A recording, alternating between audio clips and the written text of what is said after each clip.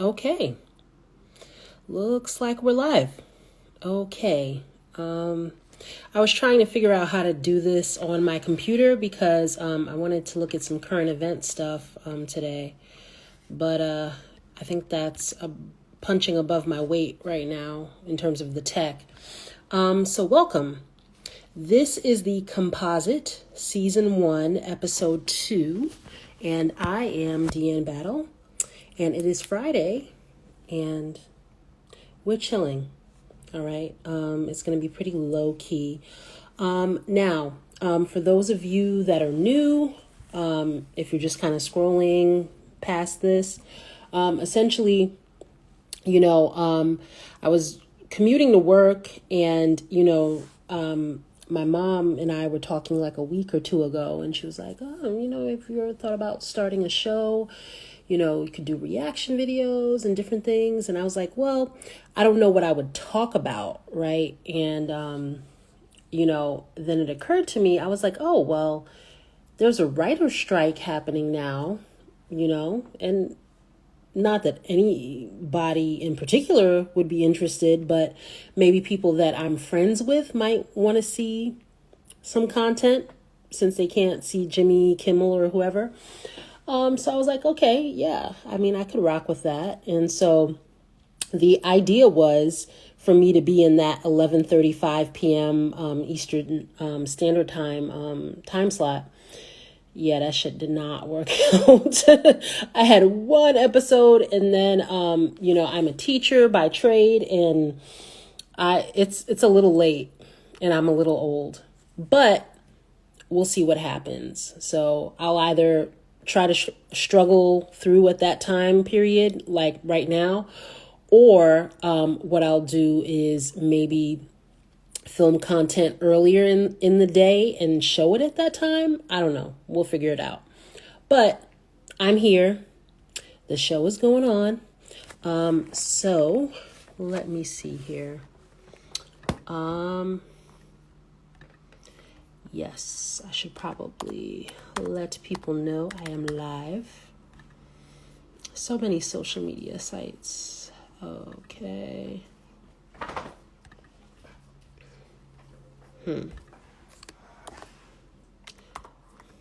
So, what am I doing? I am attempting to log into Facebook to let people know that I am live.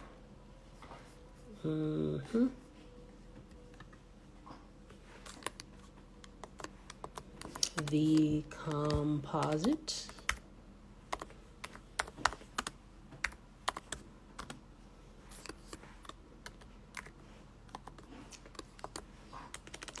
Happy Friday. I used to hate when people would say that, but shit is going so left right now. Do you? Happy Friday. Is live now on the Instagrams.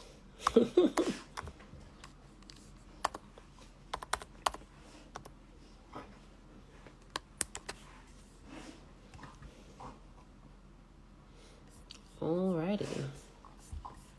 So I have posted there. All right. So we shall see if anybody shows up. All right. Well, it is Friday. So for those of you that have more of a life than me, God bless. But yeah, this is what I'm doing right now. All right. So, episode 1 of the Composite, I was giving you a little bit of my background and what this will be. So the reason it's called the Composite is it's just going to be a hodgepodge of different stuff, so to speak. So what am I interested in? I am a writer. I'm a teacher. I enjoy thinking through talking about current events. I love books, literature, film, theater, pop culture. I just basically am nosy. I like to see what people have going on. There are very few things that, if I think about it for 2 to 3 minutes, I won't be like, oh, let's have a chat about it. Or, oh, I never saw it that way. So I talk a lot and I'm interested in stuff. So that is where we're coming from. Now, like I said, I was trying to get this going so I could, have it streaming, the Instagram streaming on my computer so I could look at some articles. But we're not there yet. But if you did see episode 1, you will notice the setup has changed, right? So I was kind of like on a chair. Before, it was really dark in that part of the room. So now we have better lighting. We have chapstick, right? So we've got some upgrades coming through. But all of that being said, what are we talking about tonight? A few things. So, and I wasn't going to talk about this first, but the Ebony K. Williams situation, so fascinating to me. Hold on a second. I just want to look up her background because I never heard of this woman before last week. And that's not a shade on her. I just, it is what it is. Now, says she went to UNC. She got her JD from Loyola and has some political background / connections. Practiced law for a while. Oh, this is why I don't know who she is. She was a correspondent for CBS News and a contributor for Fox News with appearances on Hannity and The O'Reilly Factor. Yeah, I'm not about that life. Okay. All right. This is making a little bit more sense now. All right. So, I don't do hot takes. So I'll just say that, like, here in episode 2, you will probably never see me commenting on something like that just happened that day. I feel like you need time to process stuff. And I feel like hot takes, a lot of that shit are terrible takes. So I like to think through stuff. But so if you were like me, you're unfamiliar with Ebony K. Williams' body of work, and her platforms, so on and so forth. So she is a lawyer and pundit / broadcaster, it seems like. And she was doing an interview with Iyanla Vanzant, right? Iyanla Fixed My Life, other stuff. And so I saw the clip, and I saw a longer clip from the interview as well. But as she was interviewing Iyanla, Iyanla asked her if she would date a bus driver. And so she said no, unless he owned the bus company. And I guess people got up in arms. She did a response video that people, had even more feelings in response to, so on and so forth. But the reason why I wanted to talk to you about this first is she came on the Breakfast Club with, Charlemagne and DJ Envy, and they had some guests, and they did, a 40-minute discussion, and it was fascinating, really, really fascinating. Fascinating for many reasons. One was that, it seems like not only Charlemagne and DJ Envy, but a lot of people are really invested in changing her mind. And I'm like, why? That doesn't change anything for Black people in the United States of America. But people were really like, no, you have to see it from the working person's point of view, and no. And I'm like, but that's not who she wants. That's not what she's checking for, right? So there was like all of this investment in, we need to be seen by Ebony K. Williams. And I'm like, why? So there's that. We'll put that to the side.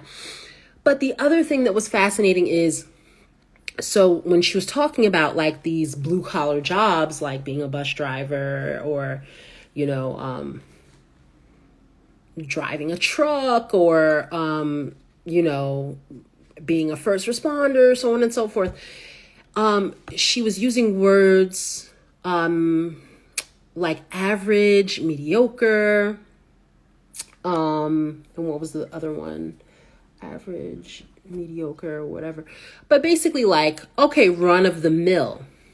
And so a lot of people were responding to the language that she was using. It's just like, it was like, okay, well, if you call someone like average, mediocre, like you're downgrading them essentially. You're not honoring the work that they do or the benefits they bring to society. And so she was like, well, the Merriam-Webster dictionary says da da da da da and this, that, or whatever. And I'm a lifelong writer and English teacher. Anytime somebody takes it to that, to me, it's a bad faith argument, because we all know words have connotations and denotations, right? Denotations means I look it up and that's what it says. But connotations, right? We understand that language is malleable. And when you have a connotation, it means like, well, how are people like actually using the English language? Let me think of an example.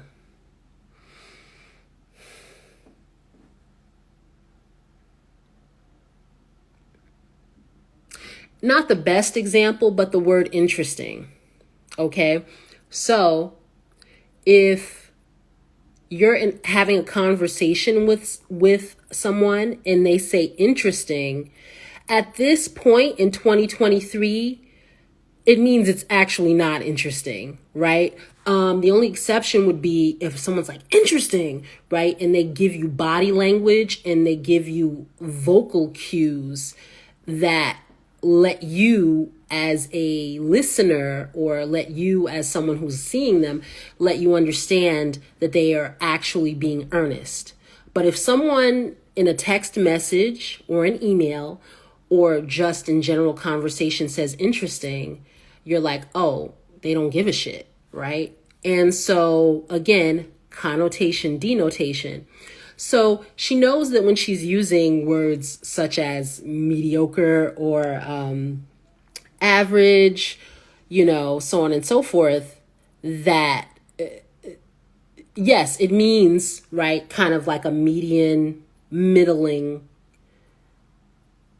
stance. But is that actually how people use it? And so, I saw her interview on The Breakfast Club. I saw her interview with Ayanla, and she did another interview that was really great, actually, with Teslin Figaro, Straight Shot, No Chaser. And so she did these 3 separate interviews. So I know, like, she's very learned, right? Really intelligent. So she knows, okay, I'm going to use these words and they're going to push certain buttons. But now she's like trying to do plausible deniability, being like, well, the dictionary says this. So I was kind of like, all right. But her overall argument, do I have an issue with her preferences? No. I think people need to be more honest about their preferences because, from my standpoint, I see some people in relationships where they're bitter and resentful because, a person is not who, a partner is not who they want them to be. A partner is not living up to particular standards. A partner is not ambitious enough. A partner is not whatever. And so at this point in my life journey, it's like, if you're broken, I don't want to fix you, right? And by that, I mean, if she's saying that someone who is a bus driver, from, Oh, hey, hi. If someone from a working class background isn't her cup of tea, then I don't think it's wrong for her to say, you know what, I'll pass. And so to me, the most fascinating part of it is there seems to be this whole community of folks, especially in the Black community. I don't know who else is involved in the discussion. I just know what I'm seeing on Twitter and stuff. There's a community of people really trying to convince her to give a bus driver a chance. And I'm like, no, if she knows, if she's going into the situation with a level of disdain, then no, she should not. Like, I totally agree with that. And I don't think there's anything wrong with her stating her preference. But it seemed to spiral out on the Breakfast Club into a larger discussion of what is life like in 2023 for working class Black America, and what that means in terms of our livelihood, our survival, our ability to thrive in the United States of America. And so it was a really interesting discussion. I just thought it was hilarious that to a certain extent, people are trying to kowtow to her as a proxy, I guess, for upwardly mobile Black women. It's a really weird space. But a lot of folks are having a lot of feelings, and we'll see what happens with it. But so if you're not tapped into that discussion, again, if you're like me and you're nosy, good thing to be nosy about. Okay. So that is our first topic. The second topic is going to be pretty brief, in just a statement. Jordan Neely. First of all, I want to say my condolences to his family, and to his community of people who ever knew him, who respected him, who loved him. The last execution video that I watched in total was Philando Castile, and that broke me. So I don't watch those videos anymore. I can't handle it. I can't handle a society where human life is that cheap. Okay.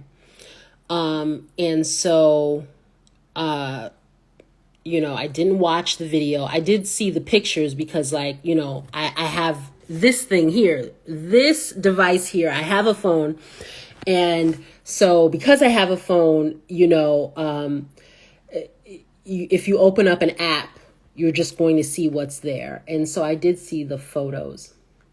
The only thing that I will say about this situation is anyone that is saying that you need to wait to see more evidence, really? Again, human life, Black human life, Black homeless and mentally ill human life is that cheap? No, I'm not there, right? So here's what I mean by that. There is no universe where that man deserved to die. I mean, I don't care. He didn't, even if you said, okay, well, he got violent on the subway or so on and so forth. Yeah, subdue him, punch him in the face or whatever, right? But to kill him, and then to add insult to injury, the man that does it doesn't get any charges? What's really happening with that is it's setting up a vigilante society, right? And so be careful. right? Because if you're having a bad day and someone just decides to choke you the fuck out for 15 minutes, that's a wrap for you, right? And I know we've already decided that certain people are throwaway people. And the reason I say that is you can tell by the way media covers certain incidents and the way people respond on social media. There are disposable people. But just know when you're going down that road that ultimately, it leads to you as well, right? You can also be a disposable person. But anybody that cared about that man, I'm sorry. I'm really sorry. Okay. All right. Other things to discuss. Okay. So, I'm just going to look up an article here. And I know the general topic, but, I am a teacher. And so, when I'm engaging, with my students or with anyone, I try not to talk out of my ass. Okay. So I'm just looking up an article here. And so what is when we're thinking about media literacy, what is a valid source here?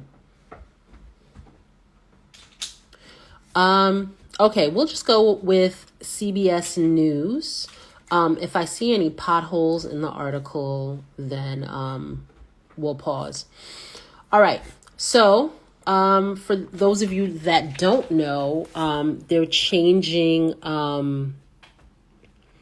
the approach here when it comes to originating new mortgages and credit scores. And so this article is from CBS News Boston, and it's titled, "New Mortgage Fees Won't Penalize Borrowers with Good Credit Scores, Federal Agency Says." All right. How long is this article? Oh, it's short. All right. So I'm going to read through it and then maybe have an unpopular take. We shall see. All right. So it says, "There's been lots of talk lately about credit scores and how it could impact new mortgage fees. We first did a story last week that had a lot of people trying to get a better understanding of what is happening and how it will truly impact you. Borrowers with good credit scores would pay higher fees, and borrowers with lower scores would get a discount. Since then, there's been a lot of confusion. WBZ TV went straight to the source of the pricing changes to help separate fact from fiction. We spoke to Michael Sheemy, the principal advisor at the Federal Housing Finance Agency division of the Housing and Mission Goals, and asked him to explain what people are missing with the new changes in fees. He says, quote, "The main piece of misinformation that we would want to clear up is that under this updated pricing that Fannie Mae and Freddie Mac will somehow penalize borrowers with good credit scores and subsidize borrowers with bad credit scores," end quote, he told WBZ. However, Sheemy told WBZ he could not outright deny that some borrowers with higher credit scores could also experience higher fees. He says again, "I want to be clear, different borrowers will experience this differently. There are certain borrowers who will experience modest increases. There are certain borrowers who will experience modest decreases," Sheemy said. Here's an example, so on and so forth, right? I'm going to skip down. Okay. If you look at a $500,000 mortgage, Homer Simpson, homeowner A with a 740 credit score will now pay $120 $127 more per month than they would have paid before the recent changes. Homeowner B with a 640 credit score will now pay $127 less per month than they would pay before recent fees. Shimi describes the change as modest, blah, blah, blah, or whatever. Okay, that is enough information. So, I watched this news story, on a couple of news outlets that I follow. And, here's what I'm going to need folks to realize. You have got to stop moralizing credit scores, right? So credit scores did not exist before 1989, but post 1989, right? Oh, if you have, I don't know, above a 700, you are like a good person. But if you have below a 700, you are a bad person and you're irresponsible and you don't manage your money and so on and so forth. And so part of the responses that I saw online, it feels like people have hitched so much of their identity to this artificial number that they're like, oh, something's being taken from me. It's like, yeah, because the whole shit is a scam anyway, right? So in other words, like, you're so invested in the scam that now you're mad that the scam is being taken away. Like, it's because here, again, if we look at this article, and again, I really wish I could share my screen. It said if there was a $500,000 mortgage, it says the person with good credit would pay $127 more per month, and the person with bad credit would pay $127 less per month. But that doesn't mean that the person with bad credit is paying less than the person with good credit, right? Like, because the person with bad credit has a higher interest rate, correct? I believe so. So if that's the case, and homeboy or homegirl, home person is saving $127, God bless. Okay, right? Now, if the person who's paying $127 more is upset, I would be upset with the framework. I wouldn't, in my mind, think that, oh, the person with the lower credit score is taking something away from me. You're both under the same system.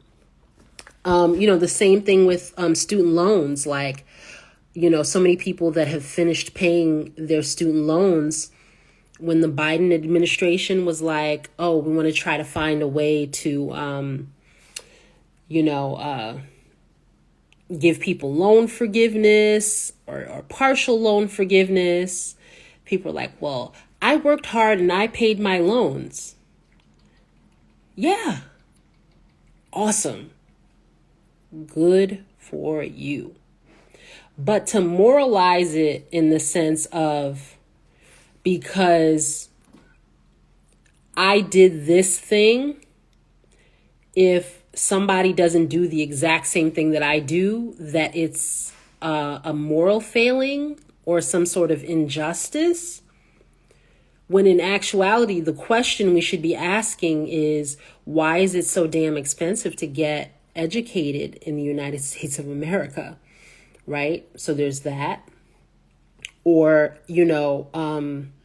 why is it that jobs are not paying enough for people to get from underneath the burdens of student loans? There are all types of questions that you can be asking as opposed to attacking someone that's getting an opportunity, right? Like, so for me, my alma mater, I believe, under a certain cap, if your family makes under a certain amount of money, that you get free tuition, or hold on a second. Let me look it up because, like I said, I don't want to talk out of my ass.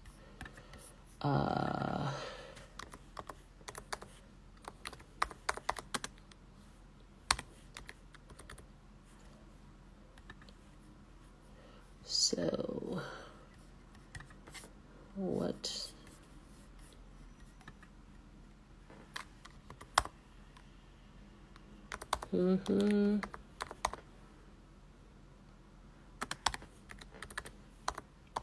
I'll treat you like my students. You get to experience my bad Googling here.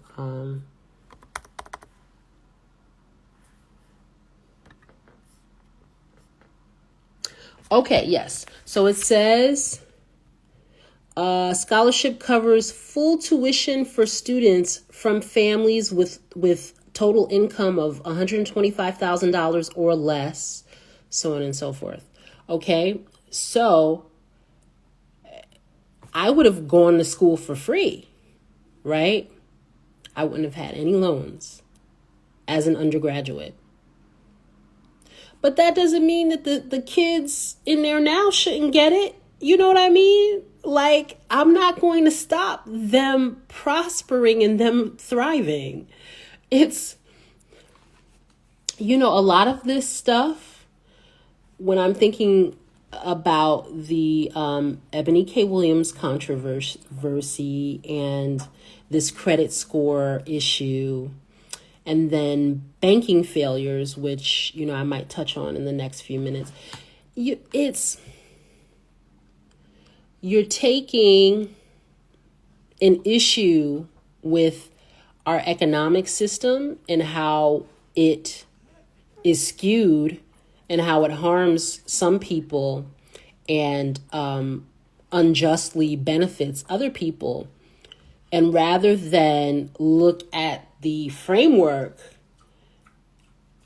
you're attacking each other, right? And so it's like, I don't fault somebody because, the Biden administration has changed the credit score thing, right? Because ultimately, what is that about, right? So they know, okay, when you count for inflation, right, the salaries haven't gone up since the 70s. And so salaries are stagnant. Debt is sky high, but the real estate industry, they still want to make money.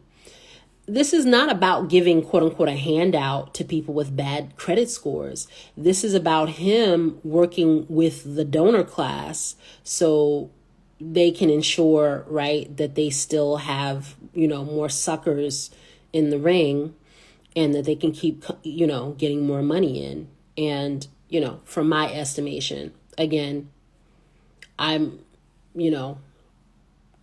I watch the news. I read a lot. I read articles, but I don't say, oh, I'm a real estate expert, so on and so forth. But in my estimation, this is to really make sure that there are enough mortgage originations. And I know that had slowed down substantially. So it's not about punishing people who pay their bills. But when you're moralizing it like that, you're not looking at the situation for what it is. Just like when you moralize the student loan thing, it's, oh, well, that person, they should just pay their loans. Yes, and people are not making enough money. Most people are paycheck to paycheck, right?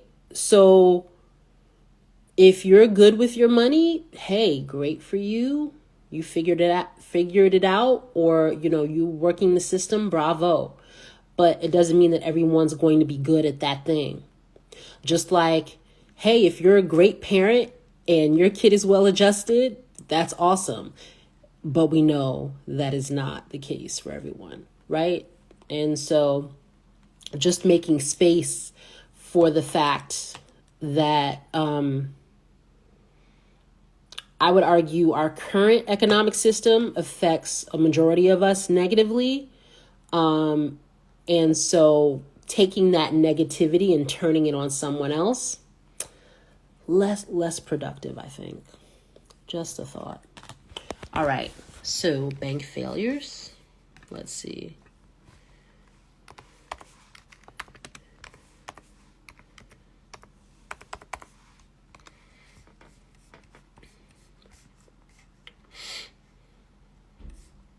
So we had SVB, we had Signature Bank, and then we had First Republic.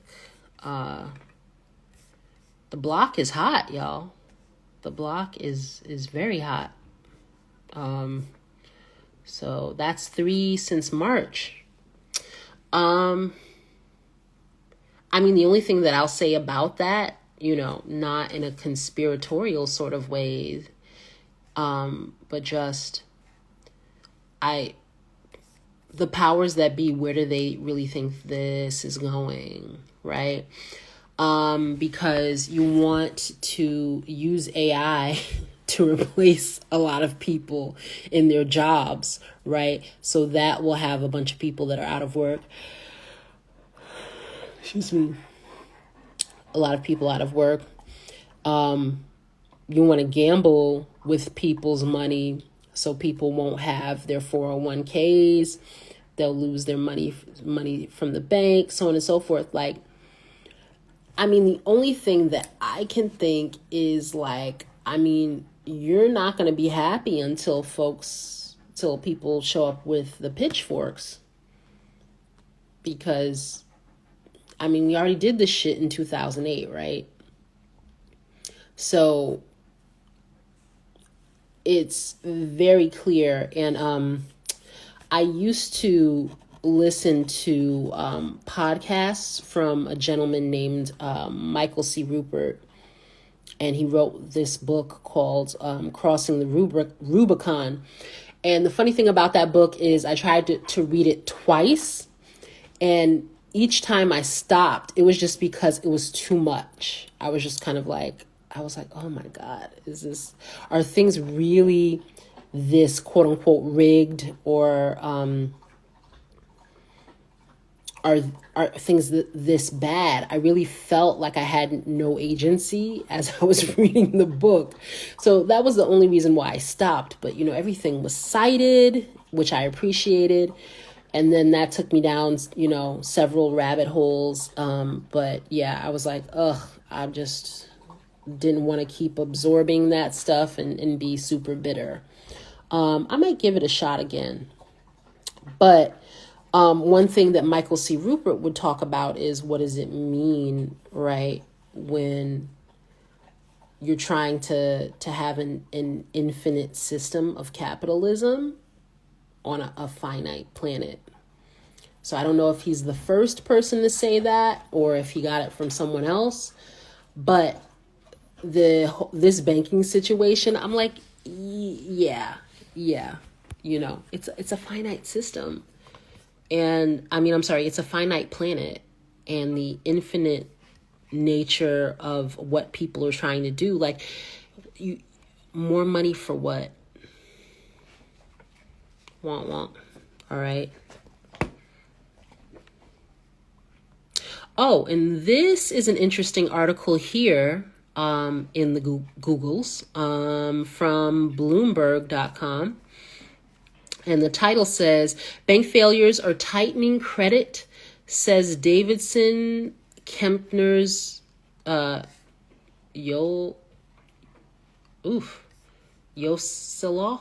Yikes. All right. Oh, and it's behind a paywall. Awesome. All right. Like I said, don't know what I'm doing. Still working this system out. So it says regional banking collapses are cutting into credit availability. Okay, so that ties in with what I was saying in terms of the credit score situation. This has nothing to do about helping poor people out. This is all about keeping the debt flowing so more banks don't go under. Like, it's just people in these positions of power are not helpful. All right. So there is that. Now, here is what I will end with. The war in Ukraine, right?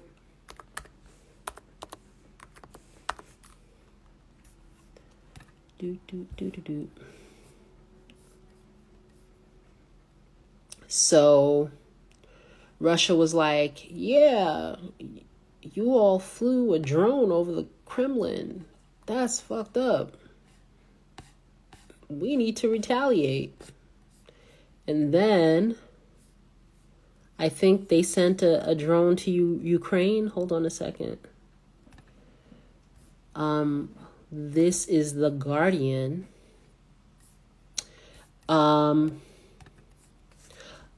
Russia-Ukraine war at a glance. What we know on day 437 of the invasion. Wow. That's even longer than I thought. Goodness. Wagner chief says his forces will pull out of Bakhmut, while Ukraine says they are reinforcing positions. Zaporizhia villages near frontline evacuated. Right? So the mercenaries that they hired and sent to Ukraine said, peace out. Because of heavy losses and inadequate ammunition supplies. So basically everything is tying back to the same concept, y'all. Right?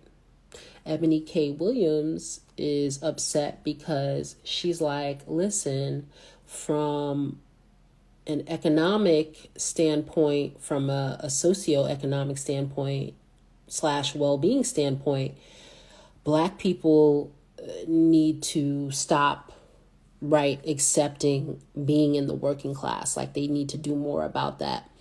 And I won't go into too much detail because it's like, on a certain level, I see what she's saying, but it's kind of like, if you are operating within a system where you're a permanent underclass, then you're a permanent underclass. So you need to change, power structures and narratives around that. An LLC is only going to help but so much, right? So there's that, right? Jordan Neely losing his life, but being extremely emblematic of the scourge of homelessness that we have in this country that we shouldn't have. Banks failing, credit score 3 Monty. Russia's mercenaries have run out of bullets. There's no more money, y'all. Like, there's no more money. That's why, this writer's strike is going to be interesting to see what happens, because Hollywood's like, oh, we don't have it. Can we use AI? Do we really have to pay these writers? They don't even pay the writers that much. The executives are getting the money, right? And so money, currency as this concept, everybody is scrambling for it. There's no more to be had. And I wouldn't say I'm a socialist because my education around that is limited, number one. And number two, I think in the 21st century, there needs to be a different economic structure, and I'm not sure that that's it. So in other words, I don't think you can have that socialism and say, no, this is what we need to be doing as a carryover from the 20th century. I think we need something different. And I think we'll have to build it as we go. But just some stuff to think about. And thanks for joining me. Thanks for watching if you see this later on. And I hope you have a great weekend. All right. Bye.